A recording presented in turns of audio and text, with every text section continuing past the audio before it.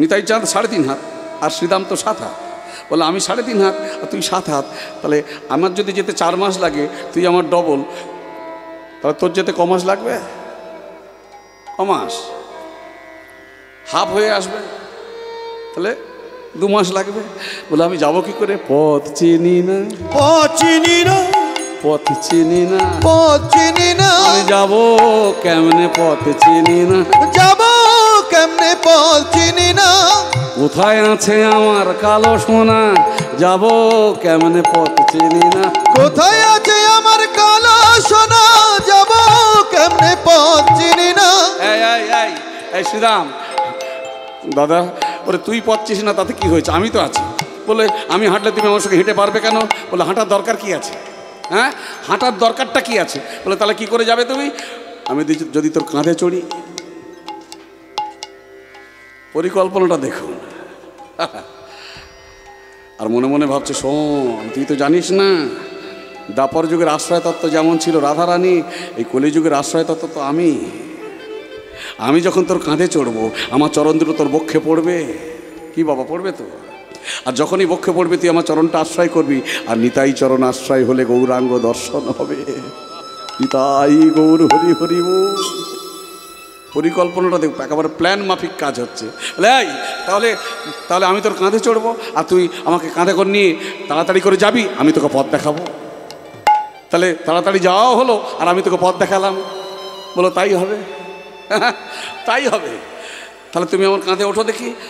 আজকের নিত্যানন্দ প্রভু কাঁধে উঠে পড়লেন। যেই কাঁধে উঠে পড়লেন, সঙ্গে সঙ্গে চরণ দুটো আশ্রয় করলো কে? শ্রীদাম। আর যেই নিতাই চরণ আশ্রয় হলো, সঙ্গে সঙ্গে মুখে নাম এসে গেল, গৌর গৌর গৌর গৌর গৌর গৌর গৌর হরিবা গৌর গৌর গৌর হরিবা গৌর গৌর গৌর গৌর গৌর গৌর গৌর হে গৌর গৌর গৌর গৌর গৌর গৌর গৌর হে গৌর গৌর গৌর গৌর গৌর গৌর গৌর হে গৌর গৌর গৌর গৌর গৌর গৌর গৌর হে গৌর গৌর গৌর গৌর গৌর গৌর গৌর হে গৌর গৌর গৌর গৌর গৌর গৌর গৌর হে গৌর গৌর গৌর গৌর গৌর গৌর গৌর হে গৌর গৌর গৌর গৌর গৌর গৌর গৌর হে গৌর হে হরি হরি বল হৃদয় গৌর হরিবা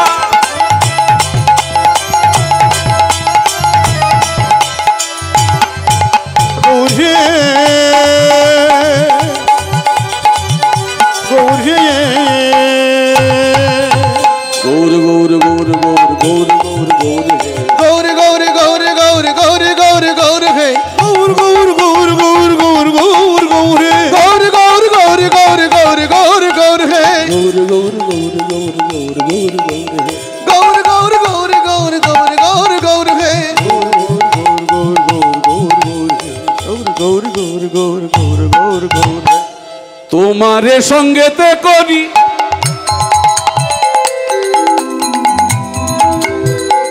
যাব নবদ্বীপ ধামে আশ্রয় করিবে তুমি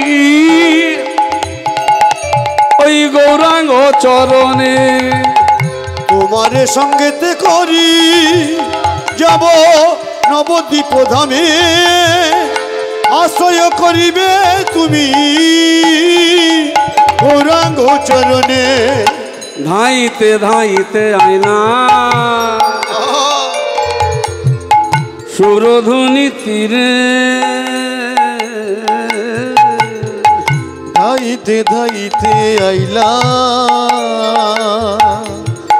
সুরধনির তীরে ধাইতে ধাইতে আইলা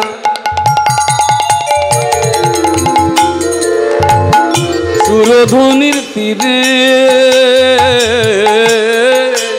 ধাইতে ধাইতে আইলা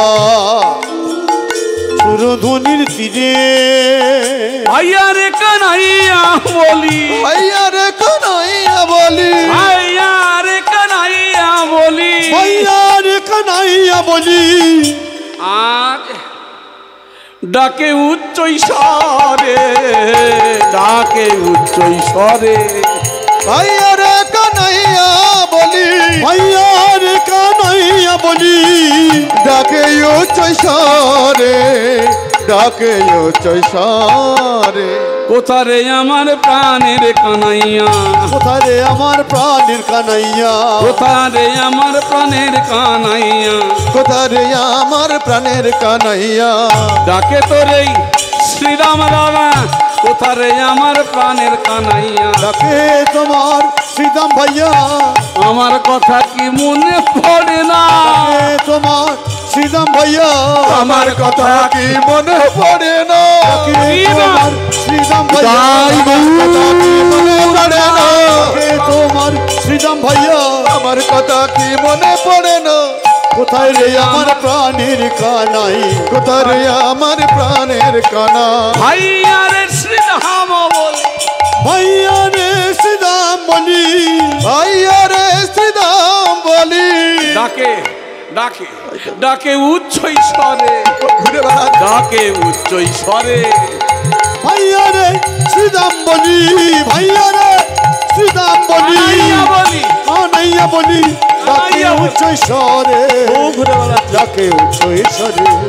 হরি বল। সুরধুনির তীরে যখন উপস্থিত হলো তখন কাঁটায় কাঁটায় রাত 12টা, আর সময় নেই। আপনার বলেছে হ্যাঁ। সমবেত ভক্তমণ্ডলী, আমার ভক্তিমতী মায়েরা, আপনাদের সেবায় নিয়োজিত হয়েছেন মাননীয় শ্রী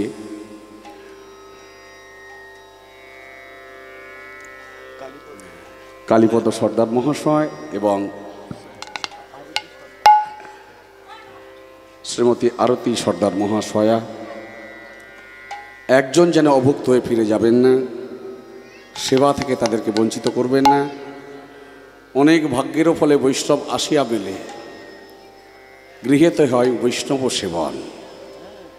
অনেক ভাগ্যেরও ফলে বৈষ্ণব আসিয়া মেলে, গৃহেতে হয় বৈষ্ণব সেবন। তাই সেবার আয়োজন আছে, সবাই সেবা করে তবে আবার হরি সবাই এসে বসবেন। সেবা করে যেন শয্যা সেবা নেবেন না, তাহলে আমাদের সমস্যা হয়। সেবা করে যেন শয্যা সেবা নেবেন না, আবার হরি সবাই এসে বসবেন। ভক্তমণ্ডলী, আমার মায়েরা, আজকের সুরধুনী গঙ্গার তীরে উপস্থিত। ডাক দিল কে? ওই শ্রীরাম। কানা কানা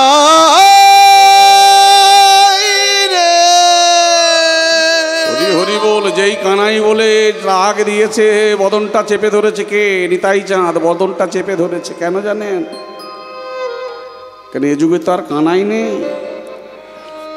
ওইভাবে গিয়ে যেই না দাঁড়িয়েছে, কোথায়? ওই একেবারে শ্রীবাস অঙ্গনের দ্বারে যেই দাঁড়িয়েছে, দেখতে পেল সেই গোপবেশ বেণুকর নবকৈশোর নটবর আজ আর নেই, আজ হয়েছে সোজা একেবারে গৌরাঙ্গ মহাপ্রভু। তাই অন্তরে অন্তরে জানাচ্ছে। কি জানাচ্ছে জানেন? হ্যাঁ, অন্তরে অন্তরে জানাচ্ছেন কে? শ্রীরাম। রিভাব দরকার নেই, এইরকম থাক। কানাই কি ভাবে? কানাই কে বলছে? শ্রীরাম অন্তরে অন্তরে বলছে, মুখে বলছে না। কি ভাবে গৌর হলে তাই আমারে বল, তাই আমারে বলো, তাই আমারে বলো, তাই আমারে বলো, তাই আমার ভালো। কি ভাবে গৌর হলে তাই আমার বলো। কানাই কি ভাবে গৌর হলে তাই আমার বলো। তোমার ব্রজে কিসের অভাব ছিল? তোমার ব্রজে কিসের অভাব ছিল? ও ভাই চিকন কালো, ও ভাই চিকন কালো, তাই আমাদের বলো কানা। কি ভাবে কানাই হলে আমার তুমি বলো কানাই কিনা ভাবে গৌর হলে তাই আমারে। বাহ, ছেড়ে দে, হরি হরি বল। ভক্তমণ্ডলী আমার মায়েরা, দুজনের অন্তরে অন্তরে কথা হয়, হঠাৎ ডাক দিয়ে ফেলে কানাই বলে। বলল আর কানাই নয়, আমি যে গৌর হয়েছি। এসো দাদা। কানাই গৌর আজ শ্রীরামকে কাছে ডেকে নিয়ে সেই ব্রজে খেলতো ঝুলন ঝুলন খেলা। কেমন নিয়ম? এমন করে মাথায় হাত দেবে একজন, দুদিকে কাঁধে দুজন ঝুলবে। আজকে শ্রীরামকে সেই খেলা মনে করিয়ে দিল। দিয়ে শ্রীরাম মাথায় যেই হাত দিল, বলল নিতাই দাদা তুমি দক্ষিণ দিকে ঝুলো। বাম দিকে ঝুললো ওকে আমাদের গৌরাঙ্গ মহাপ্রভু, আর দক্ষিণ দিকে ঝুললো শ্রীরাম দাদা। আহা, নিতাই দাদা। ওই দুজনে মিলে ওই ঝুলন ঝুলন খেলা খেলতে খেলতে হঠাৎ অনন্ত শক্তি প্রয়োগ করলেন নিতাই চাঁদ। নিতাই চাঁদ যে অনন্ত শক্তি প্রয়োগ করলেন, গৌরাঙ্গ মহাপ্রভু বিশ্বম্বর রূপ ধারণ করে অনন্ত শক্তি প্রয়োগ করলেন। ওই 7 হাতের শ্রীরামকে 3.5 হাত করে দিলেন। দেখিতে দেখিতে শ্রীরাম 3.5 হাত হইল। 3.5 হাত হইল। অপলক নেত্রী গৌরাঙ্গের দিকে তাকাইয়া রহিল। তাকাইয়া রহিল। হরি হরি বল। ভক্তমণ্ডলী আমার মায়েরা, ওই 7 হাত শ্রীরাম 3.5 হাত হয়ে গেল। একাদশ গোপালের জায়গায় দ্বাদশ গোপাল হলো। ওই নাম হয়ে গেল ভক্ত অভিরাম। আর এই অভিরামকে একেবারে ওই ভগবান নির্দেশ দিয়েছিল যে অভিরাম আমি পড়ে আছি দেখো এই কৃষ্ণনগরে। কোথায়? খানাকুল থানায় কৃষ্ণনগর। আপনারা যাবেন, গোপীনাথজিউ মন্দির আছে। মাটি খুঁড়ে এই অভিরাম গোপীনাথজিউকে বার করেছিলেন। এখনও সেই মূর্তি বর্তমান। এই অভিরামের সেবিত বিগ্রহ এখনও রয়েছে খানাকুলে। ওই কোথায় না কৃষ্ণনগরে। আপনারা দর্শন করবেন। আজ নিতাই গৌর দর্শন করছে কে? আমাদের ভক্ত অভিরাম। নিতাই গৌর 2 ভাই যুগলে দাঁড়ালো। নিতাই গৌর 2 ভাই যুগলে দাঁড়ালো। নিতাই গৌর 2 ভাই যুগলে দাঁড়ালো। নিতাই গৌর 2 ভাই যুগলে দাঁড়ালো। প্রেমানন্দে সবাই মিলে হরি হরি বলো। সবাই মিলে হরি হরি বলো। প্রেমানন্দে চাকবদনে হরি হরি বলো। হরি হরি বল। ভক্তমণ্ডলী আমার ভক্তিমতী মায়েরা, পরবর্তী কীর্তনে আসছেন মাননীয় শ্রীকৃষ্ণপদ হালদার, আমার জীবনের যিনি সবচেয়ে বড় শুভানুধ্যায়ী এবং আমার শ্রী গুরুদেব, যার কৃপায় আজ আমি আপনাদের সামনে দাঁড়িয়ে আছি এবং কীর্তন আস্বাদন করাতে পেরেছি। তিনি আমার শ্রী গুরুদেব মাননীয় কৃষ্ণপদ হালদার মহাশয়। তিনি আসছেন। আপনারা সেবা করে এসে বসে পড়ুন। সবাই মিলে আমার সঙ্গে বলুন হরি বল হরি বল হরি বল হরি বল হরি বল হরি বল হরি বল হরি বল হরি বল হরি বল হরি বল হরি বল। শ্রী গুরু কৃষ্ণ নিতাই গৌর প্রেমানন্দে হরি